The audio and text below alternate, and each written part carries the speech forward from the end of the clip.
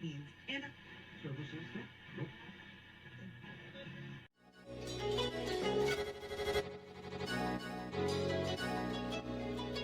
let's go. He wants to jump 1,000 cars.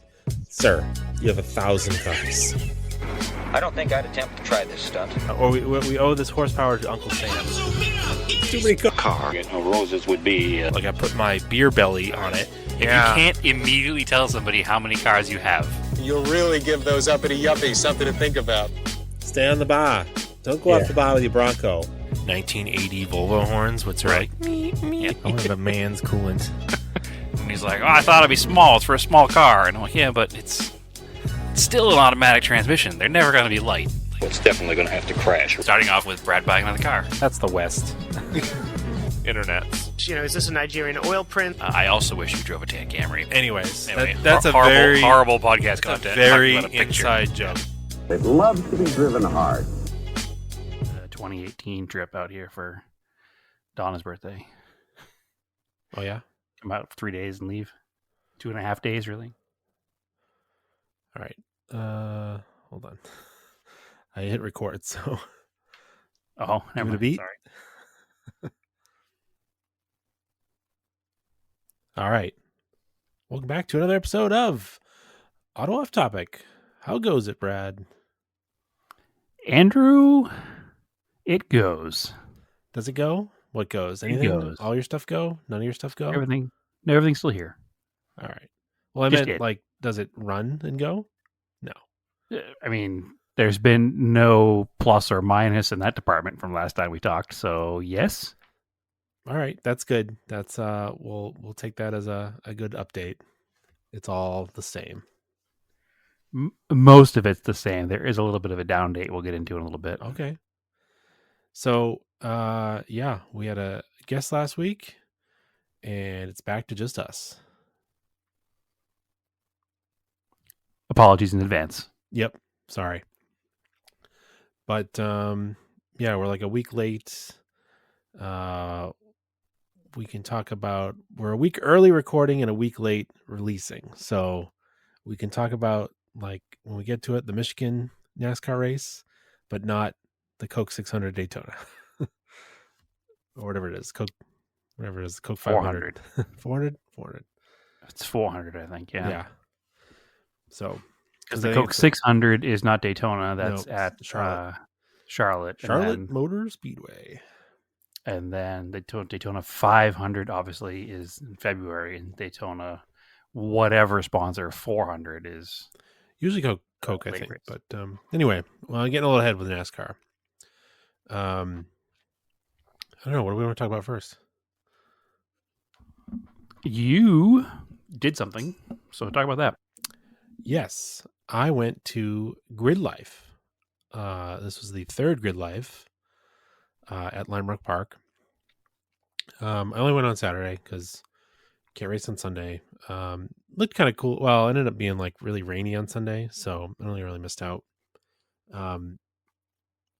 Saturday was a nice day. It rained a little bit on the way out. I took the Galant. It definitely has a caliper that's locked up. It is not a rear one like I thought. It is the right front. So I drove it long enough. I thought I had it freed up. I got on the highway. This is like 5 a.m. I get on the highway. The car's like vibrating, and I was like, ooh, I don't know if I'm gonna make it. And I almost turned around and got the G20, and then it's like stopped, and I was like, all right, it's fine. Let's keep driving 2 hours and 45 minutes after I've been on the road for 15. So by the time I got to Lime Rock, I got the showcase parking, parked like kind of in the middle.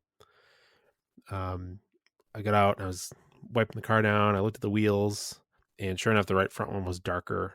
It wasn't like black, but it was darker than the other ones. So I was like, all right, that's probably just hanging up a little bit. It's hanging up just a little bit, and like, going reverse and stuff, and like taking corners where the rotor actually pushes the pads back in, actually frees it up. So it's something I got to just like take apart and probably clean and lube the caliper, and I'll be all right. You know what this also means? What's that? You need to drive the car more. I do.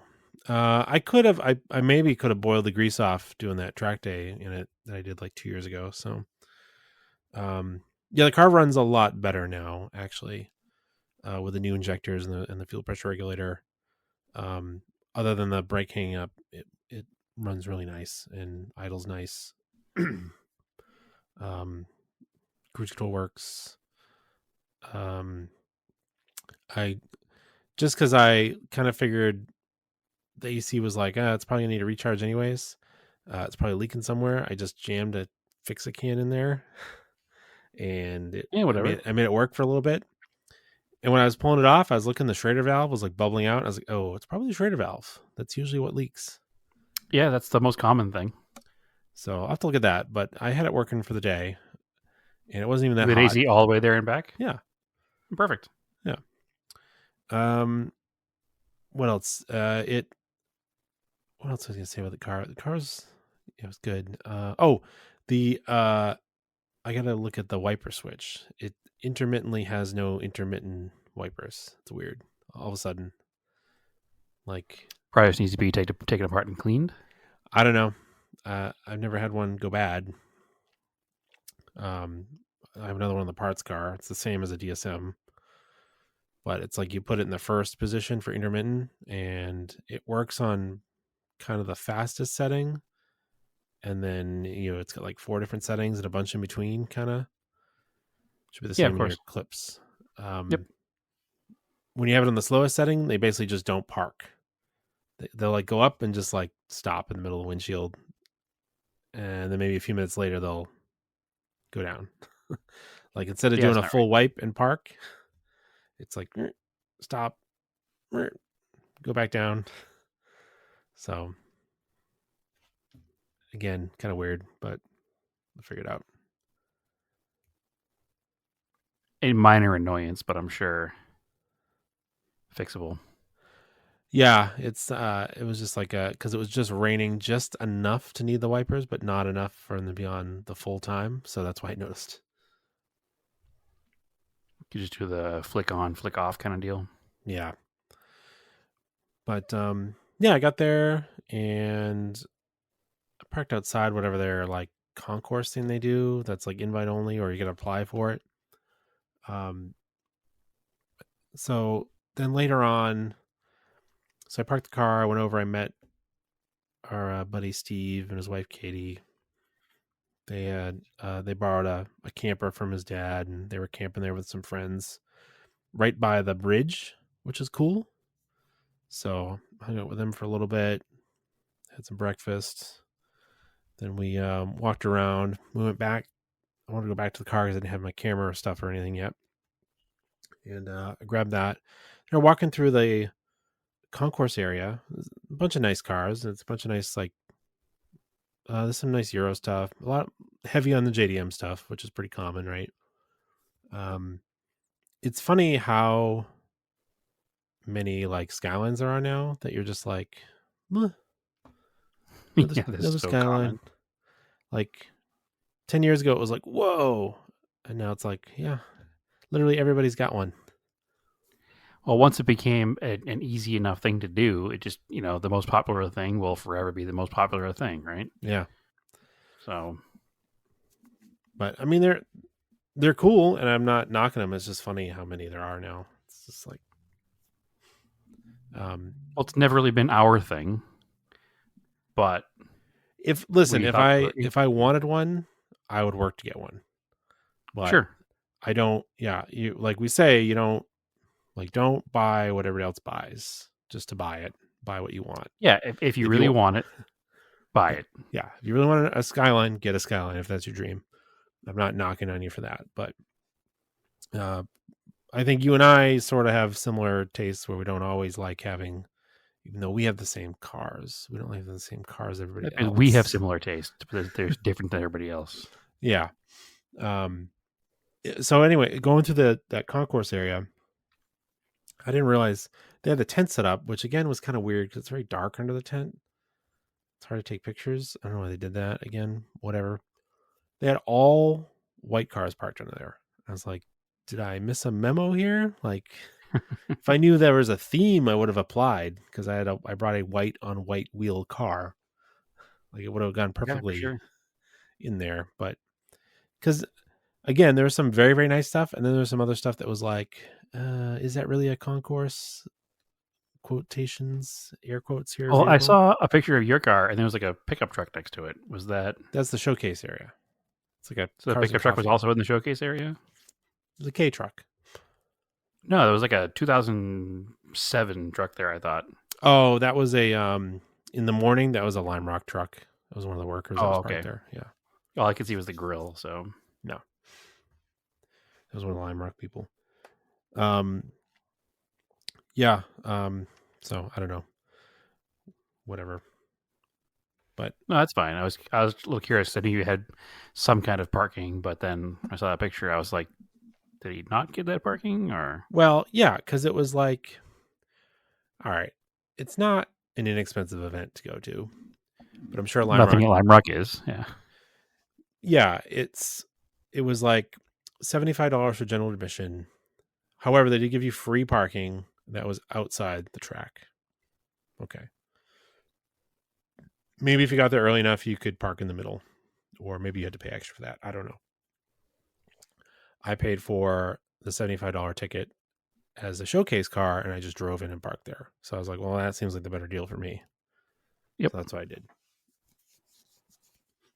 Sorry, my nose is like itchy all of a sudden. Yeah, it's probably the same thing I would have done. Yeah. But, I saw one Starion there.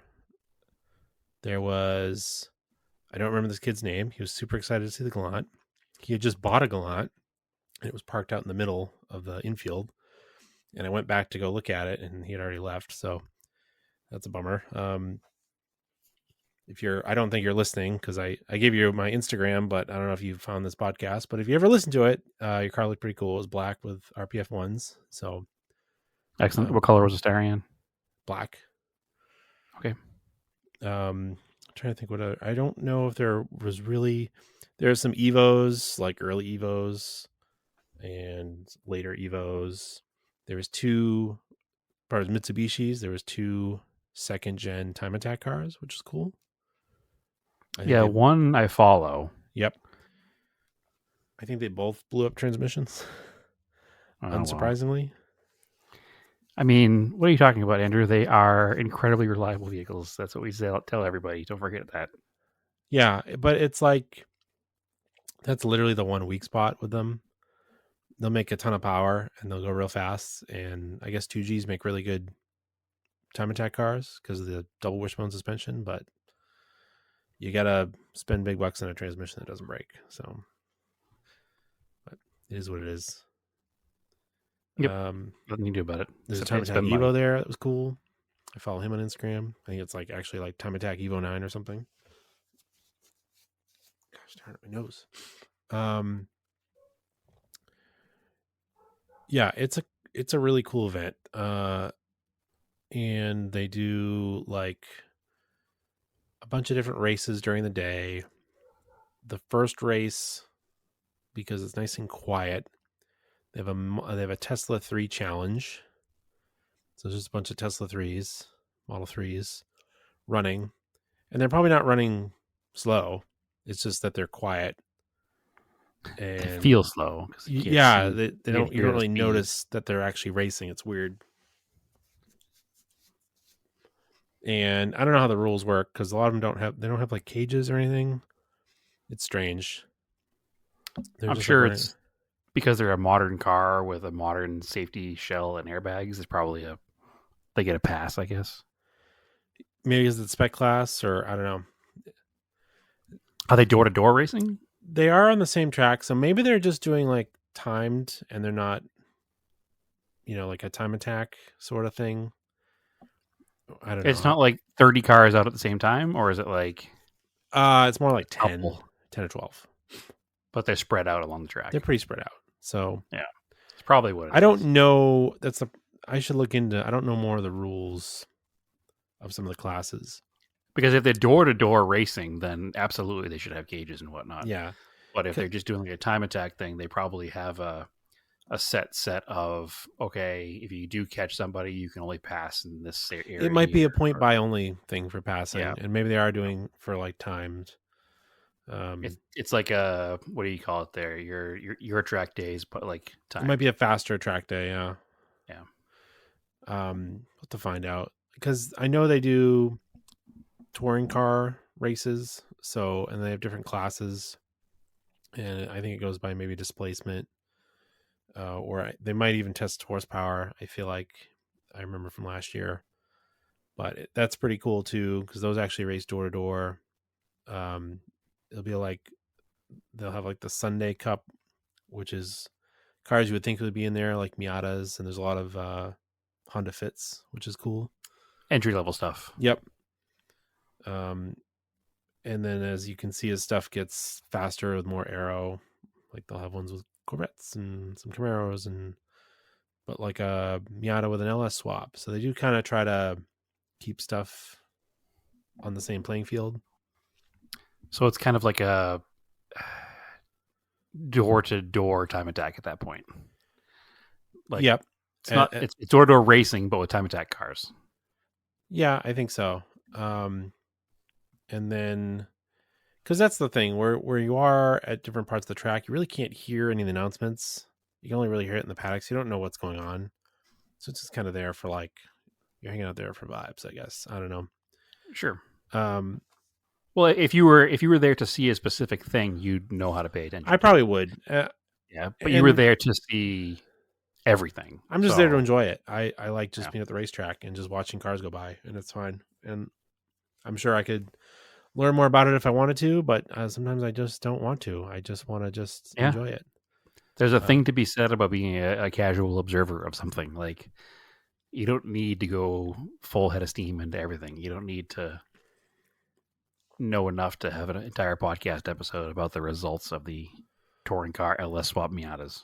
Like, it's just a cool thing to go watch, like, and hang out. It's basically like, what if we took a bunch of track days and also threw in some vendors and a car show, and then at night we have a concert. So, like, that's actually a really cool concept, and I think GridLife was probably one of the first that did it, because now there's a bunch of other shows that are doing things similar, because it does work. It's fun. Yep. So they also, like I've mentioned a few times, the Southwest Speed Fest happening here, so it's very similar vibes, which unfortunately I'm not going to be able to go to. So maybe I'll try to get to GridLife at Laguna. Who knows? But it's like you can get different flavors, especially if you've never been to a race before. You sort of get different flavors of everything. And I was saying to Steve when I was there, and one of his buddies, I was like, this is like, people think right now the way people get introduced to motorsports a lot is through Formula One. And then they go like, oh, I want to go see a Formula One race. And they realize how expensive it is. And like, that's crazy. But it's like, maybe they don't know that there's a bunch of way less expensive motorsports events that you can just go to and spectate. And GridLife would be one of them, right?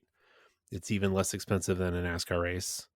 It's even less expensive than an IMSA race. Though IMSA is not super expensive at Lime Rock. I don't think it was. It was probably about the same. It was like $75, $85. But, there are cheaper ways to go see motorsport. And I think it's good that we're getting people into it. Because there is a lot of young people and a lot of people of color there. It was cool. Like, good mix of a crowd. Yep. Bringing motorsports to the masses is important, and this is the kind of event that does it. Because as motorsports enthusiasts, you're always going to be fighting against people trying to get you shut down. So the more people who are into it, the better it is. And maybe you get people that normally just go to the car show part, and now they get to see some racing, and maybe get them hooked on racing stuff. Yep. So, yeah, I mean, we went to GridLife. We went to GridLife in what, 2018 in Georgia? actually, the sticker on the back of the Gallant, because it was there, August 28th, 2018. I was looking at it on Saturday. I was Okay. like, oh, that's weird. It's like, So we went to that one in 2018, and that was one of still pretty early on in the Grid Life experience, and yep. we had no idea what to expect, and it was cool to watch, drifting on a big track and just the whole, vibe of the event. We didn't even experience most of it because we were there for a different reason and happened to be on site at Grid Life. But now that we know, we probably would have maybe spent the whole weekend there at the track and seen some more stuff. So yeah, I'm into it. So then, they do some door-to-door racing. Then they get into some time attack classes, which was really cool. It was in the Toyo tire booth.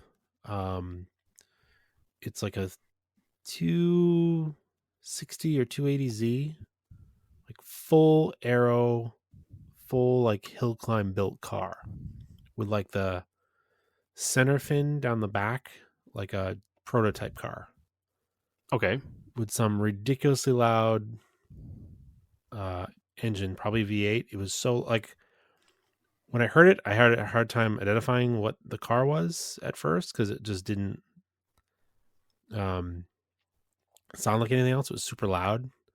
So that was a really cool car. I should have looked up more information about that one. I kind of forgot. What color was the car? It's black and white. Okay. I saw a cool picture of it on Instagram getting air over the hill. I'll have to go back and find it.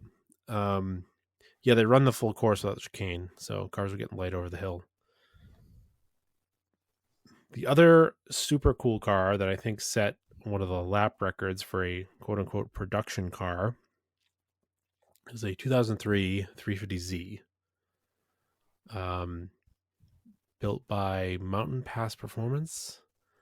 And I heard it go by, and it was like, had this amazing motorsport engine sound. And I was like, said to Steve, I'm like, is that still a VQ in it? He's like, no, I think it's the R35 engine. And we ended up finding it in the pits, and they had the board set up for it to tell you all about the car. It still has a VQ in it, but it's got like a Jim Wolf Technologies VQ with ITBs and stuff. So it sounded amazing. And then also, it was like a former, in 2003, it was like originally like a built for like touring car series. I forget which one. It might have been like SCCA, like Pro Challenge or whatever the heck it was in 2003. So it's always been a race car. But this company had added a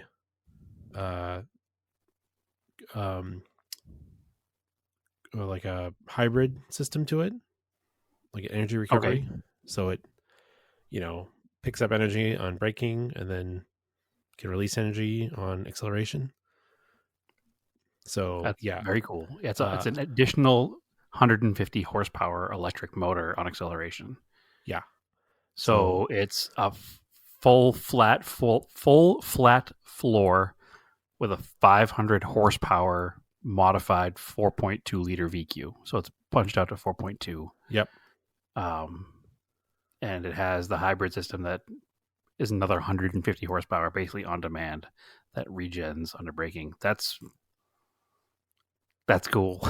Yeah, that is the type of like hybrid type of car building of EVs that is really interesting to me. Yeah, the future of hot rodding, right? I've not seen somebody build something like this for a car like this before. This is cool. I think it even says it's one of the only ones. Yeah, it's the only one that's like privately built. And yeah, it's because we saw basically the prototype hybrids in IMSA, right? That's like the only other thing I can think of it. And I think they're trying out hybrids in Indy cars, and they've had hybrids in WRC cars, but nothing in like a privately owned race car. That's cool. So the removal of the clutch, flywheel, starter, alternator, and clutch pedal hydraulics, along with a switch to a magnesium-cased X-Track gearbox, resulted in a net weight gain of under 200 pounds. Yep. I think they said the lap was around 50 point something around Lime Rock. So fast. It's very fast. So the track record is in one of the like Dan Gurney Eagles from the 80s. Okay. With like, 1,000, 1,200 horsepower, whatever it was. At like, 46 seconds or something, or 45 seconds, which is insanely fast around Lime Rock. Because if you can get a street car that does close to a minute, then you're cooking pretty good. So anything under a minute is really fast at Lime Rock. 10 seconds under a minute is ridiculous. Yeah, that's very, very fast for like a unibody car. So it says it was originally built by Unitech Racing for Nissan for the Grand Am Coney Challenge. Yep. Very cool. And whatever, I don't know where their times are, wherever their home track is. But it talks about the speed that it's done at this track each time. It started out as a minute 33.7 when it was a Grand Am car. And then with all of their upgrades and everything on the same track, it now runs a 1:16.9. So that's... I think they said Mosport. I think they're up in Canada. Okay. Mosport. So that's 30 seconds off of a lap time, which is pretty ridiculous. Yep. So they said that their dream, it is Mosport. Their dream was to do a 1:18 at Mosport, which is the equivalent to what GT2 cars are running. And then they're under that by 2 seconds. Yeah, it's pretty cool. Wow. Yep. That's cool. What a car. There was also, I gotta look into it more. There was a BRZ with a full EV conversion, and that was kind of cool because it had that like high performance EV like whine from a motor. That's cool. I don't know what kind of lap times they were running, but that stood out because it went by without any cars around it. It was like all you heard was tire noise. I was like, what is going on with that BRZ? Yeah, we've talked about conversion. We've talked about that before, that some of these like real race car style EV conversions are just like, sound like big RC cars, which is cool. Well, yeah, we just got back into RC cars, and it's like just like hearing the little motor whine away with maybe the little straight cut gears that RC car has. Like, it's kind of cool. Yep. And if you make that into a big car, it's also pretty cool. Yeah. So yeah, there's a bunch of like time attack stuff that was sweet. Then they did full course drifting again, which apparently is now a point of contention for the area. Apparently it pissed off the neighbors. Yeah. So a lot of the cars, it's funny when you go back and you look at old school drifting from like, late 80s, 90s. And then when we started to see drifting here in the United States in the early 2000s, right? We started to get the internet and drifting DVDs came over. The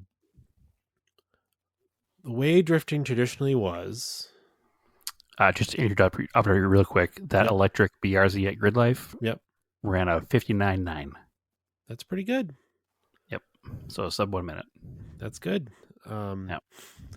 Yeah, traditionally drifting was low-powered cars, rear-wheel drive cars, just going sideways. Typically wasn't a lot of tire smoke, wasn't a lot of drama. It was just the cars going sideways. But as the sport of drifting has evolved, then America got involved.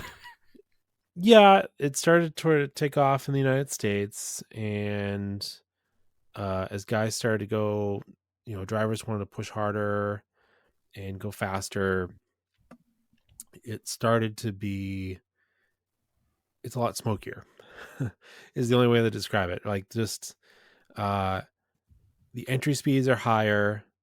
They're keeping up the rear wheel speed higher. And it's just the goal for like a competition drift is to also generate a lot of smoke and get angle, right? So, it's speed and angle, which is really the two big goals. But those two things, speed and angle, are going to generate smoke. Yep. And it also looks impressive that way. Like there are a couple guys that were drifting pretty fast angles, but just weren't throwing a lot of smoke. So it doesn't look as insane. it's kind of like seeing a rally car go sideways on pavement versus a rally car go sideways in the dirt with like a bunch of Sure. dirt kicking up behind it, right? So then I guess the smoke kind of floats down into the valley and was like in the town last year, and people got mad. So Yeah, well, hey, listen, no matter what you're into, there's going to be a NIMBY against it. Doesn't matter what it is. I know So they do it. The problem with something like that, though, is that it's so visible, and it gives them a reason to fight it. Yeah, and it's unfortunate because they do it once a year. They don't allow drifting at Lime Rock at any other time. Right. They only do it once a year, and they only did it 3 times a day for about 20 minutes. Right. Over Friday Which and doesn't Saturday. seem like that much. Yeah. No. And the thing is, too, is that if drifting was still what it was 25 years ago, probably more than that now, but you know what I mean, back in the 90s, you wouldn't be able to do drifting at Lime Rock. No. Because it's too big, open of a track. It's too many big sweepers versus a tight little technical course. So it requires horsepower and wheel speed in order to maintain a drift around a track like that. Yeah. So that's part of the issue as well. Like back in the day, drifting was, obviously way back, started Mountains Japan, whatever, all that stuff. But even the early drift tracks, a lot of them were in like the parking lot, like an autocross. They weren't on big, open, sweeping tracks because, 300 horsepower was a lot for a drift car in the early 2000s, late 90s. Now it's like 1,000 horsepower is your starting level for some of these drift cars, professional level anyway. Yeah. The retired NASCAR V8s and whatnot. So what was cool though was Larry Chen was there in a Corolla GR with cameras on the front, chasing some of the drift cars. Got to see Hurt again, T-Pain, Chris Forsberg was there. Those are probably the most famous people. Forsberg had his Toyota pickup build there again, right? Nope. No, I think he was just running the NOS through like Z car. Okay. So last year he had that stout pickup there, which is he did. There's also a guy with I don't even remember what it was. It's an old muscle car. I'll have to show you a picture of it. But it was cool. All right. Is the same one that's been running all of the events around the country, like ran the Drift Appalachia and stuff? I don't know. It was like if it is, then it's like a big old Roadrunner. I think so. It was kind of rusty. Yep. Yeah, it's like that brown primer color. Yep. Yep. Yeah, except he came around the big bend in front of us, and then the car just like shut off. We're like, oh, so maybe it broke a timing belt or timing chain or something. Just like quit. Yeah, I don't know what motor's in that car. I assume it's like a Hemi V8, like a modern Hemi, but I don't know. But it was pretty cool. I would I didn't stay long enough to go to the concert afterwards. If you want to plan to come out, if they're going to do it again, I could be enticed into camping, so I can just stay out there for 2 days. But maybe I experience some stuff at night. So it's Kylie Mackley's 1969 Plymouth Satellite drift car. Yeah, it's pretty cool. I'm going through pictures now, so I'm going to post some. I post some pictures to Instagram, and I try to post some more. So hopefully by the time you hear this podcast, I've posted some more. But yeah, that was the event. I hope they can do it again, because it is certainly a much needed bit of life into Lime Rock. I mean, they're trying. When you drive in there, do you remember where like the gates are you drive through? Okay, yeah. On the right, there was like a bank of trees, and the track is basically on the other side of these trees. Yes. They've cleared out those trees. You can see right to the hill on the outside there. And they were going to build some garages. Because I asked the girl, I was like, oh, all those trees are gone. She's like, oh, yeah, we're building some garages there. So I'm assuming that they're probably building some like rich car people car storage garages, because that's Sure. probably a good Yeah, way they might to as well. make some money for yourself. Yeah. As long as they don't turn it into a private track. Hopefully they don't, or they might have to. But no, I feel like they registered the place as a historic site. And we've talked about this. I believe it was registered as a historic site, much like the way Fenway was registered as a historic site, so that nothing can be done to it. Sure. Somebody can't just But- demolish it. As we've learned, with enough money and enough greasy palms, you can do pretty much anything you want. So It makes it harder, though. hopefully, yeah. But yeah, hopefully they can do it again, because it's pretty cool. So that satellite is L92 and T56. Nice. So even if it did blow up, at least it'll be easy to fix it. Yep. Which is good. So that's what I did over the weekend. What did you do? Let's see. What happened this weekend? Not much as I thought you far went to, as... like, Cars and Coffee or something. Did I? I don't think I did. I thought you posted about going to like... I did, but that was like weeks ago. Oh, okay. Catching up on some posts. I've talked on this podcast a few times. I've mentioned it. We're doing the Arizona Rising Sun Rally, and we spent Sunday pre-running some routes, making sure we were giving people a entertaining route. And I got to drive, or I passengered, unfortunately this time, but on some roads in Arizona that I did not know existed, and they're not too far from here, so I'm pretty stoked on that. So I'm pretty excited about some of the routes that we've put together for this event. So it's unofficial, so I won't give too much of the route away yet, but it's 90% on like mountain pass style roads, so it's entertaining. There's a little bit of like a transit almost to get in and out of that area, just because there has to be. But the majority of the event will be on windy roads, and we were doing some pre-running of that and doing mileage checks and looking at places to highlight as points of interest, or stopping places for photography, or places to have photographers posted up along the route to cover the event. So that was the extent of my car stuff this weekend. How are you doing the instructions? Like a tulip, or are you just doing a... So we're going to do a tulip style event, mostly because that's what I'm most familiar with. It's not going to be a tricky one. Like it's a very simple rally. event. Yeah, definitely not a trap rally by any means.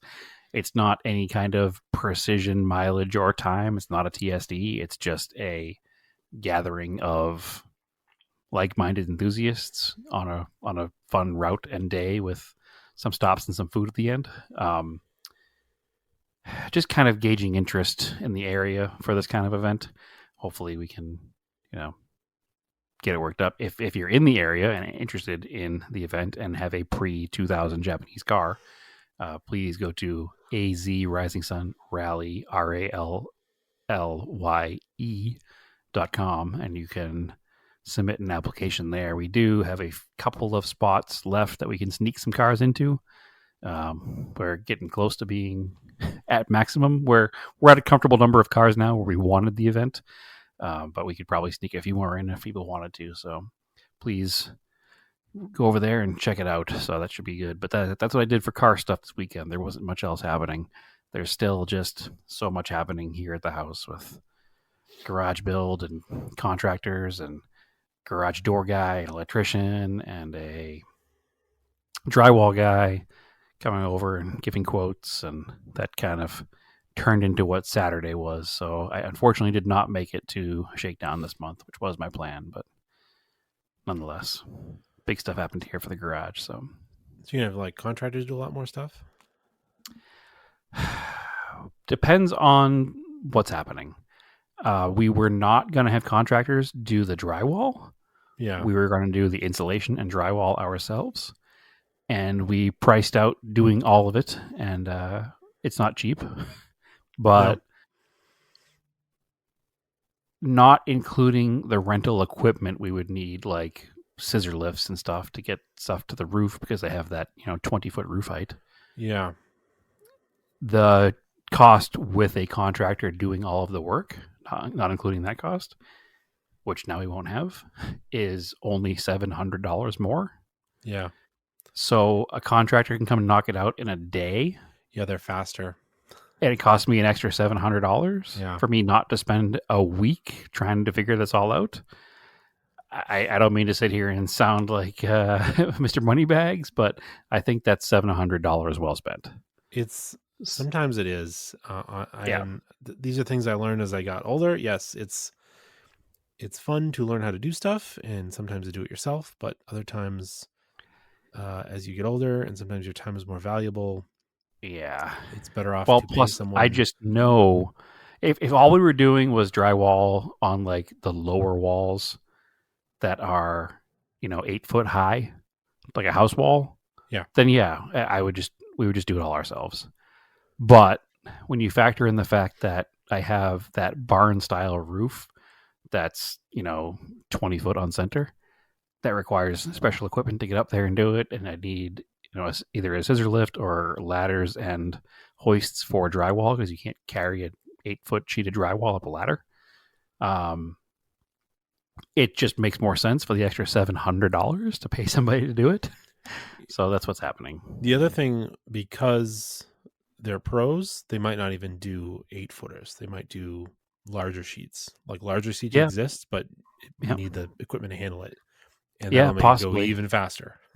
Possibly. And based on the numbers that they gave us, they also get a better rate on the materials than we would have had buying it. So that's also a part of the cost difference, I think. So I think, if we were able to get stuff for the whatever rate they're paying, it probably would be an even bigger savings. But because we're just, homeowners, we don't have a wholesale account at any supply stores, we were paying retail price. So I'm sure that also factored into it not being that much more. But when we got the price, we were looking everything up, doing it ourselves, and then we're like, what, let's get a contractor out here and just see what it would cost. And then we were kind of blown away when he hit the price, and we're like, please come do it like as soon as we have the electricity done. Speaking of, electricity needs to be done professionally so it can be permitted. So running the lines and everything we could probably do ourselves, but we need to hire a electrician to run the power from the house to the garage. And kind of the same story. He's already here. It doesn't cost a lot extra to have him just run the lines in the garage too.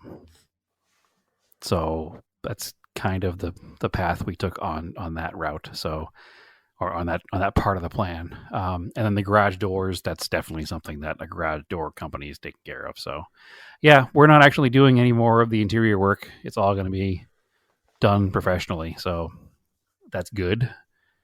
It's not actually costing a lot extra money, and I think it's going to make everything go faster. Everything will be done.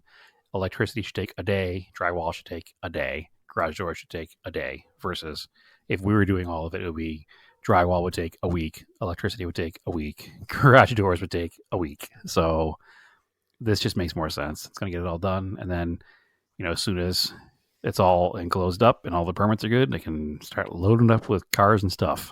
So it's going to kind of push things forward a little bit time-wise as well. So it does mean that I need to get the Mercor sold because money, but it's fine.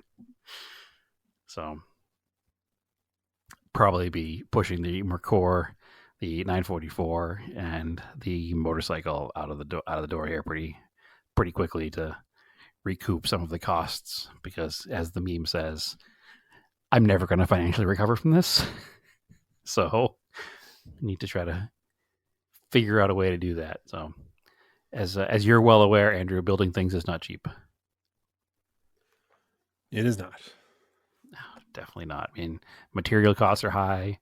You're paying your contractor plus all his helpers for their time. Like it adds up. So, but my project update this week, if you want to jump into that, is also garage related. And It's actually a down date already. So I'm at a bit of a conundrum here too with this. I live in Arizona. It never rains in Arizona. But when it does rain in Arizona, it's a monsoon. So it's real rain. So we had our first rain since the garage went up. And wouldn't you know it, our brand new building had two leaks in the roof. Uh-oh. Yes. Incredibly frustrating. So the building is actually warranted for 10 years. All right, But there you go. thankfully, we hadn't put any drywall up yet. So there was no damage. It was just, hey, fix this roof so it doesn't leak anymore. So we had the roof, we had the contractor come back out. There were a couple of shingles that I thought looked suspect when they laid them down. And that seems to be what happened. And they were actually here today. And it looks like, because I wasn't here when they were doing it because I was working, unfortunately, but it looks like they lifted the shingles back up, put them down at the correct angle. But then they kind of went over all the shingles with like or the ones that they moved with like some kind of a rubber sealant.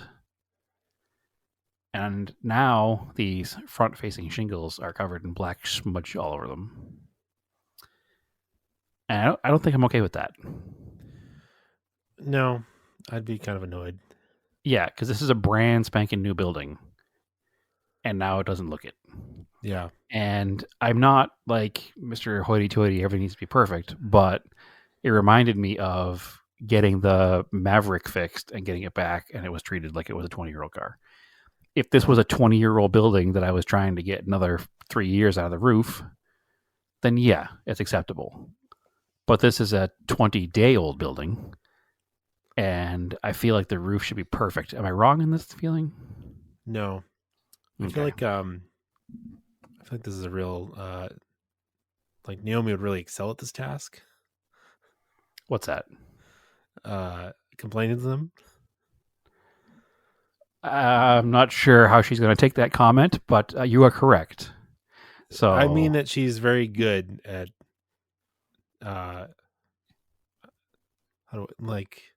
she's a just big jerk.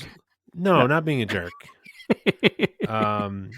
Getting She's not a big people jerk, to by the fix the things the right way. No, she's very what's the word? Very fair. She'll give them a chance to make it correct.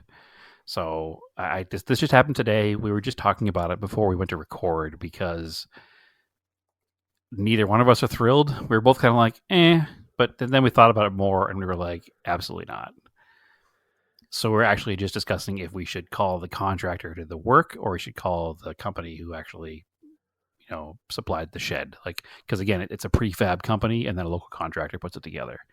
So because the local contractor came back to fix it, I think that we should go straight at this point to the building manufacturer because they're going to want to know that this is what their local contractor did. So yeah, I'd do that.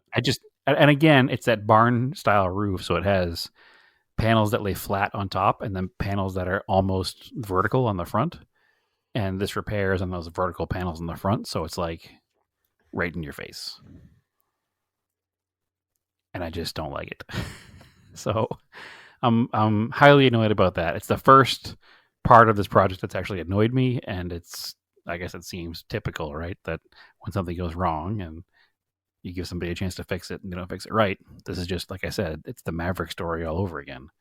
And I'm not looking to have an obvious repair on a brand new thing. So already annoyed, but also hopefully it rains tonight. It looks like we got a big storm coming in. Because I want to see if it's actually going to leak again or not. So, because obviously I don't want to start putting drywall up either until this thing is all said and done. But it is what it is. I'm frustrated for an obvious reason, but I need to get past it and get it fixed. So, updates next episode. Hopefully. Or even more frustrated next episode, but hopefully updates next episode. Cool. No, not Well, cool. Well, I guess it's not cool. Very uncool. Very uncool. So yeah, that's about it. I have some Scale AutoCast stuff that just arrived, so there'll be some updates on my RC stuff coming up pretty soon. And you got a couple of quick updates on your stuff too. Yeah, I got the TTO2 all together. I got the body mounted on it. Drove around the yard a little bit. It's pretty fun. It's a cool little car. Yeah, have you finished the Celica body yet? No, I'm looking at it right now. I want to take my time with that because I need to look into how you do. I know the decals are like peel and stick, but I think you can like use water with them.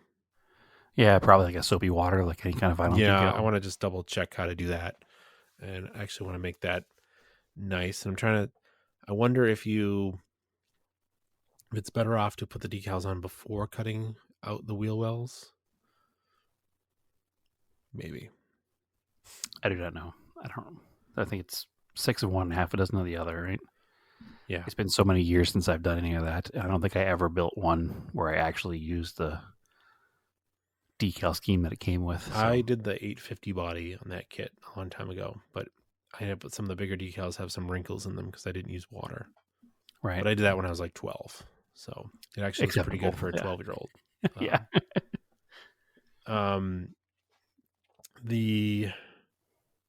It's interesting because the Basher body I got, the Subapu body.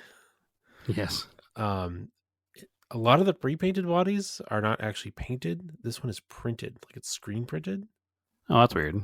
Yeah, from the inside. It makes them a little tricky to drill holes if they don't have holes because you can't see through. Like I was trying to remember. So the best way we used to do it was to put a dab of paint on top of the body posts. And I never did body that. down. I think I would drill them before I painted them when they were clear. So I would do it afterwards, but I would put a dab of paint on top. See, look, any of my old RC cars, they have multiple layers of paint on the body posts. I'd put a dab of paint on there and then set the body down at the right angle, and it would leave marks of where I had to drill. Okay. So that's how I did it. But I've also been looking on the internet. They make magnet mounts. Yeah. So for any like nice RC bodies, I think that's what I'm going to try to do. So I ordered a set because I have an RC crawler truck that I purchased probably 7 or 8 years ago now. And it's of the same wheelbase as the Tamiya crawler truck, so the CCO1 chassis. And my plan was, because it was significantly cheaper than buying a Tamiya kit, was to use that chassis. It's also more capable off-road than the Tamiya ones are as far as like rock crawling. And then try to find a Tamiya Mitsubishi Pajero body for it. But that kit has been discontinued for a long time and has not come back out in that time. And I can find a body shell. It's a hard plastic body shell, but none of them have windows, mirrors, light buckets, or lenses. So it kind of is a moot point because I can't find those additional parts that go with it. So I've had the thing sitting on a shelf pretty much for 7 years and I've barely ever used it because it has no body shell. And I picked up the Tamiya early Bronco shell for it instead. So just so I can get some use out of it. So I'm going to try to mount that with the magnet mounts, see how those work. So I finished the Piero kit for me and Marco. Excellent. I let him put the tires on. He was super pumped after dinner today.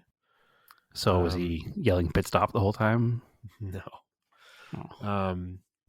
I have to figure out when I'm going to mask it and paint it. Because I'm just going to leave it red, but it needs like the grill is not separate. I need to like mask it and paint the grill black and window trims black. And then I'm not going to paint the body red. I like the red. That's already red. Yeah. I'm not going to paint it because it's just going to get wrecked. Yep. I just want to detail paint it, and then I'll probably just polish it with Plastic X so it's shiny. Yeah, I wouldn't worry too much about it. Maybe pick up a second body to have on the shelf for later or for when it's, hanging on the garage wall or something. Because he being a child is going to ruin that body for sure. So, Yeah, I should buy all the spare parts while they're available. Just put Yep. it away. well, the good news is the chassis will probably be forever available because it's shared with so many other kits. Yeah. That all the mechanical parts will be able to be replaced forever. So I bought the Fast Eddie bearing kit for it because I bought one of their kits for the TTO2 and it was great. It went right in. Yep. All the bearings in it are wrong, which is weird. it's probably just the wrong kit. Yeah, so I sent them. I bought it. It's funny. I bought it through Amazon. I was like, well, I don't want to just do a return. I want to actually like email them, see if they'll like exchange it. So Well, that's the same company we used to use, 25 years ago when we I were don't doing this remember, stuff, or was it? 30 years ago. Yeah, 100%. well, remember yeah. the So brand anyway, they were like, specifically. oh yeah, sorry. Send us some measurements because we want to make sure that we don't send you the same thing again. I was like, all right. So I took some pictures of the caliper, measured the bearings. I got to send them an email back with all those pictures, and hopefully they'll take care of it fairly quickly. Yeah, I don't mind doing that extra step when it's a company like that because they're a small American company. I think they're not. Well, they probably want to make sure they don't have a bunch of these on the shelf that are all the wrong Right. spec. That's what I mean. Is like they're not just some big corporation. It's like a couple guys in a warehouse somewhere, probably. But they've been making these again since we did it before. So I still have actually the box in my box of RC parts, so I can definitely prove it's the same stuff. But other than that, I just drove around in the basement real quick, and it's pretty cool. It's got a little So wheelie bar in Marco's the probably back. excited. Yeah, He's excited to use it, I assume. definitely. Excellent. Well, that's what it's all about, right? Getting the kid into the hobby, or getting him into things that will obviously stay with him, or have a chance of staying with him his whole life. Well, it's like for Christmas you got a store, the one at like Target of the like Gravedigger. Yep. But it's got like a little annoying controller that's like hard to like use with joysticks, and Sure. it doesn't have like suspension, so it just kind of bounces around on the tires. At least this one has like actual suspension, and Yeah. Well, I mean that was a good introduction for him, and actually, last time I was there, he was playing with that and having a great time. So, well, that's the thing. Like, if this one breaks, the Tamiya one, I can actually get parts for it and fix it.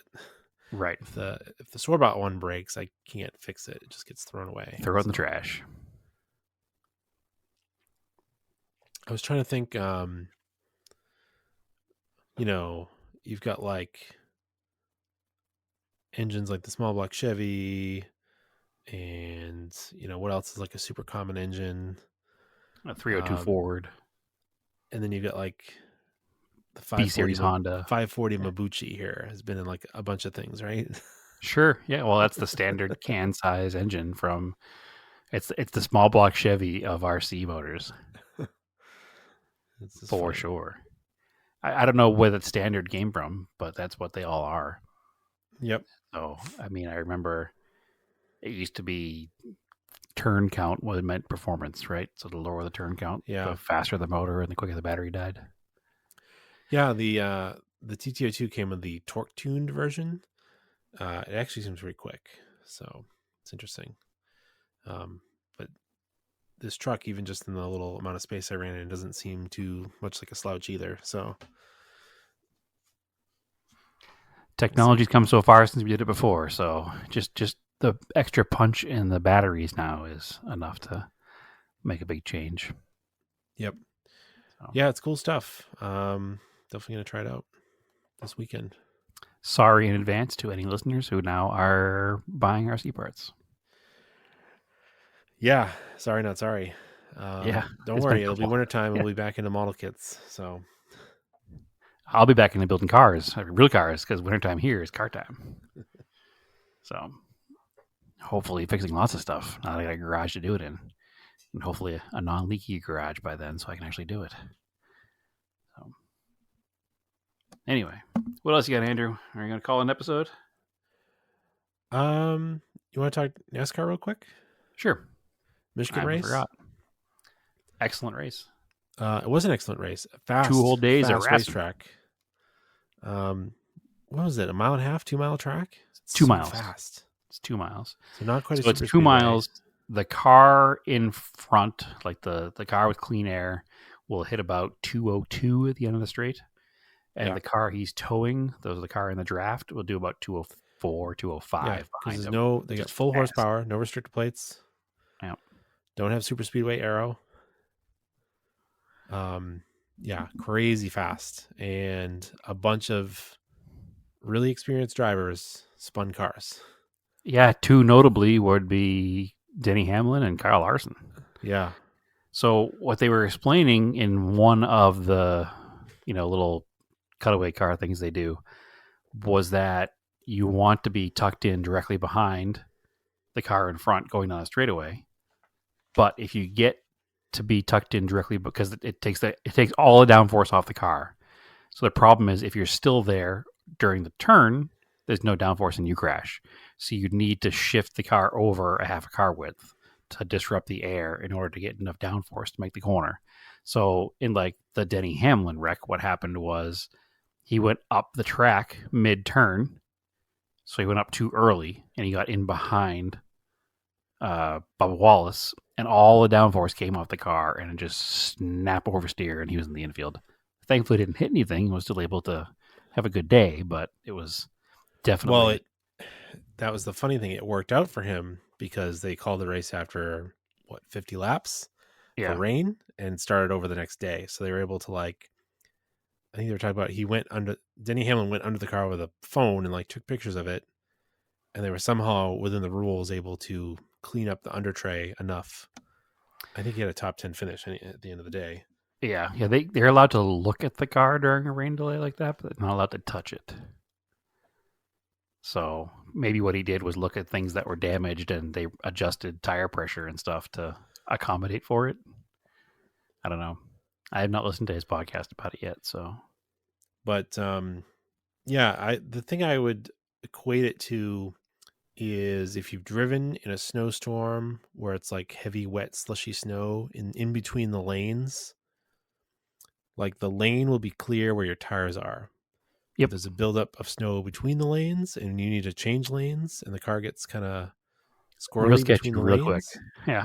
Yeah. That's sort of what this is, but in an aerodynamic way. Sure. Except the opposite, because if you get out of your lane, there's more. And if you're in your lane, there's less. Yeah, well, it's like that crossover behind vehicles is what similar in a heavy rainstorm.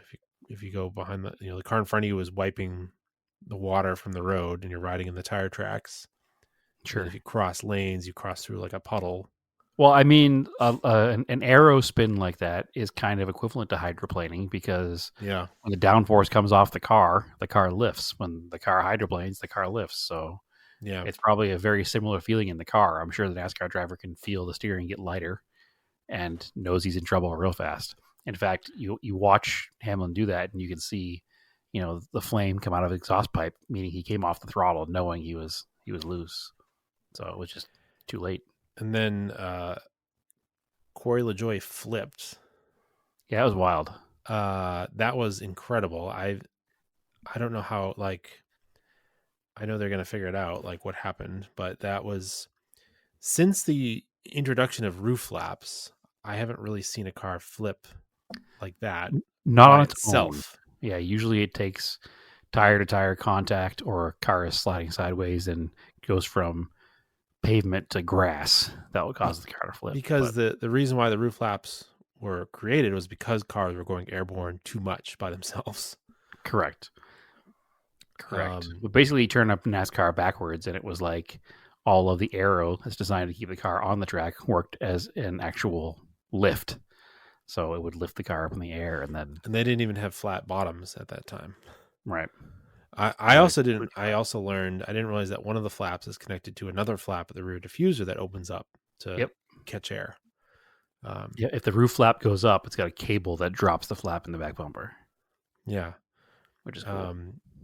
It happened so fast and he was just over. It was oh my gosh. Yeah.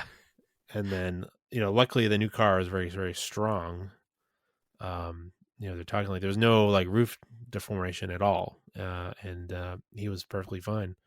He was shaken up, but Yeah, to roll Luckily- over at 190 plus miles an hour, land on your roof, slide down the track, hit the grass, and flip another couple of times, and then just walk up to the interviewer and be like, "Yeah, that was a ride." Is Yeah. a testament to the car for sure. But And then interestingly, I think you pointed it out that last time Corey LaJoie flipped, the same result happened at the end of the race with a Reddick win. yeah. But Chastain, on like 2 or 3 laps to go, almost rolled in the same spot. Yeah, he got a little bit of air as well. And came Yeah, back but the down roof quick, flaps though, worked so- that time. Yep.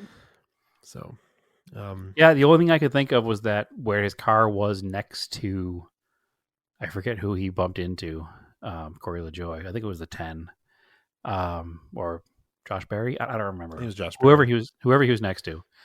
The only thing I could think of was, and I'm no expert an arrow here, but my thought was possibly the air off of that other car slowed the roof flap coming up or something. Yeah, that the dirty caused, air. yeah, the dirty air from the other car caused the roof flap not to move fast enough, and the car had enough lift under it that when the roof flap did come up, it wasn't sufficient enough space to bring the car down, especially with that flat bottom on it. So Yeah, it was wild. it was a really good race, though. Super entertaining race. Tons of passing, tons of racing, and then another green white checker, which seems to be the norm nowadays. That was a weird caution thrown at the end. Yeah, that is a weird bit of NASCAR officiating. That feels like It feels like sometimes at the end of the race they have a situation where it's like, do we need to throw a caution? No, but we're going to, because it's going to cause some late race drama. So there was a minor wall brush, you could say, that if it happened mid-second stage probably wouldn't have caused a yellow. But I also think, in NASCAR's defense, that at that moment in time, mid race, mid lap, mid second stage, that happens, less people are paying as close of attention to it. Last 5 laps of the race, everybody's on edge because they don't want to screw up a finish, and car hits the wall, and their immediate reaction is, "Hey, brand yellow," even though ultimately it probably was not necessary. So I think that's probably what happened. I don't think there's any brain part that says, "Oh, I can't wait to bunch these cars back up and do a green white checker shootout." I think it's more they're just more on edge. So because they have less time to react, because there are only 2 laps left, 3 laps left, whatever.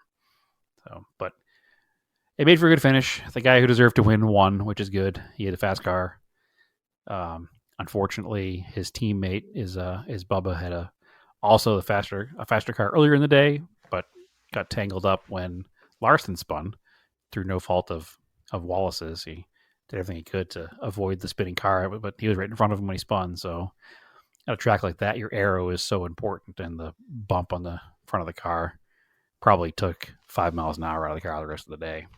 So yeah, the playoff standings were affected significantly by that. So it's going to be a hell of a shootout to get that final playoff spot between Chastain and Wallace, actually, which I'm okay with either one of them. Yeah. We like both drivers, but that's going to be I'd like to see one of them win this year, or both. I don't think either one of them will be able to compete all the way through the playoffs, simply because of the playoff points work. Yeah. They don't have a ton, but it'd be neat to see one of them get in there. Yeah, I'd like one to of them see won. Wallace. Wallace is really good at super speedways. I'd love to see him win next weekend. I'd like to see him in the playoffs, because Chastain has gotten in last second before and been that last car in. Yeah. When he did that Hail Melon wall ride. So it would be neat to see it go to Bubba this year. But again, I'd be totally fine with either of them. So as long as Kurt Busch stays out, we're good. You know what I didn't hear? I didn't hear the results of the Dillon appeal. Lack of result probably means there was no result. Yeah. So I'm fine with it. Yep. Keep his right, win, but it's the right out move. of the playoffs. It's the right move. I think so. I Anyway. we talked about that, had we? Yeah. We talked about it the other episodes. Did So we? Okay. all Excellent. right, cool. Yeah, that's our episodes. We hopefully we get into more car stuff soon. I'm eagerly awaiting your garage to be finished so you can start cranking out projects. I have so much stuff in wait right now. I have to finish the Mercor so I can get it sold. But I think the most important project around here is that Mustang, which once the garage is done, will be moving quickly. So Perfect break-in project. yeah, well, that's a hell of a project for a break-in project. So all of the stuff that we had to farm out is done. So which was just It'll that be a lot rough repair. easier to move an engine hoist on that nice floor. It's funny, we were actually talking about not doing that project in that garage and moving that car into the front garage. Just because of space and cars and things. And it will never be in the way in the front garage. Okay. So that the 2-car attached garage that the house already had. So I'll put it in the Cressida spot. As long as you can get the hoist up high enough in there. Yeah, well, we'd back the car in, and that way we can put the hoist right in the entryway. So we'll see what happens. We haven't 100% decided yet, but the thought process was, because I'm not going to have lifts right away, putting the car like that in the garage while I'm trying to store cars indoors is going to just be in the way because it doesn't move. So we'll see. We'll figure it out.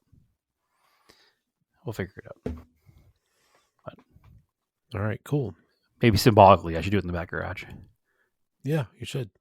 So All right. So as always, before I do that, follow us on Facebook, Auto Off Topic Podcast, Auto Off Topic on Threads, Auto Off Topic on Instagram. I am Erasing Anger on Threads and Instagram. I'm trying to put up some pictures of GridLife. I mailed off film. I shot 5 rolls of film.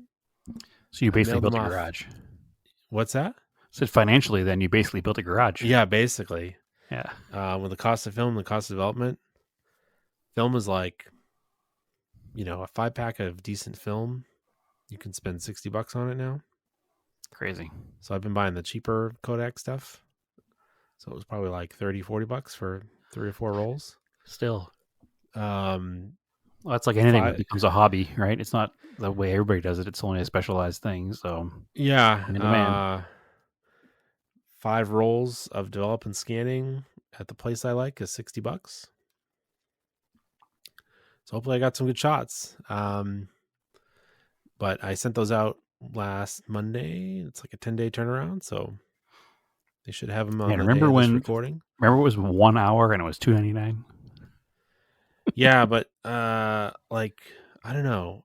Maybe I wasn't a good enough photographer. Like, the quality didn't seem as good. Like, the quality somehow seems better. Like, the image It quality wasn't as good. I mean, that's listen, 1 hour photo for $5 at CVS is never going to be the same, even in period, as it would have been to send it out to a professional lab, 20 years ago. Same process, but I guess it sort of is the same process. Yeah, same. Well, I guess it's you put it in a machine that does it, right? Whereas a person at the 1 hour things, it's a machine, and the other difference, I think, a lot of it is in the quality of the development.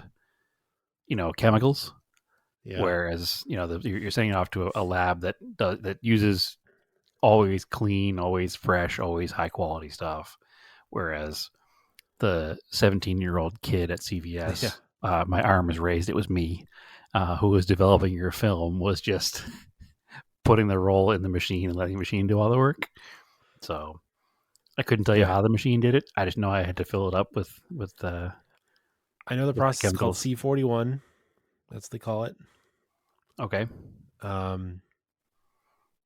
That's the crazy thing. Like, let's go too out of tangent. Like, you can't, if you have an old roll, like I have an old roll of Kodachrome, it cannot be developed anymore because they do not make the chemicals to develop it anymore. Interesting. Yeah. Interesting. Well, again, I was I started working there as a teenager, and I was the film guy for a lot of years there, and And the things I saw get developed at the 1 hour photo lab, I'll tell you. It was questionable also- at best sometimes. You can also buy black and white photo roll now that can be developed in C41 process. So color chemicals, but it'll develop a black and white roll, which is kind of cool. That's cool. Because normally you had to do like black and white at home. That's the one thing I don't have room for a photo lab in my space, and I don't think I'll ever get into it because it's too It's a lot of work. fiddly and too many chemicals, and I'd rather just give some money to a local business. By the way, it's Northeast Photographic, who does a great job, and you can mail order film from anywhere in the country. They're right up in Maine. Excellent. And they do awesome scans. Sends It's me an funny. email with all the photos. I was in Massachusetts a couple weeks ago in my parents' basement going through some stuff, and I meant to bring it back and I forgot. So I'll have to get it next time I'm there. But I came across the picture I took for my photo class project in high school. That was part of my photo show. And it's a black and white photo of basically a close-up of a second or a facelift 3000 GT headlight that belonged to one of the janitors at the high school. So I'll have to scan that into the computer. So remember that car? Was it green? I do. Well, I remember that picture. Okay. Yeah. I also have some pictures. I was in my old room at my parents' house looking for old RC stuff, and there's some old pictures in there. I should grab them of us at the Maine Forest Rally in like 2002. Yikes. We're all like 30 or 40 pounds lighter, but 20 Well, years it was younger. 22 years ago. So, yikes. Yeah, no, And, that's interesting to put that stuff up. So there's somewhere, I think we shared it one time. My mom took a picture of me and you in the driveway of my parents' house, and I was Painting spray RC cars. painting a Lexan RC body. Yep. I don't know where that photo went. We shared it somewhere. I'll have to find it again. But It's anyway, on our Instagram a long time ago, and I have the pictures of us driving RC cars when you're probably 13 and I'm probably 16, sitting on the ground in my parents' driveway. I found one of I have one somewhere of the 850 body I had. I found one of the Audi body I had when it was brand new on the RS4 chassis that Excellent. I took. But anyway, getting off topic here as usual. Hey, auto off topic. Brad, where can people find you? So Instagram and Threads is TSISS350. And then they can find all of us at Discord. So come join us at Discord. All right, sweet. As always, keep cars analog and aim for roses.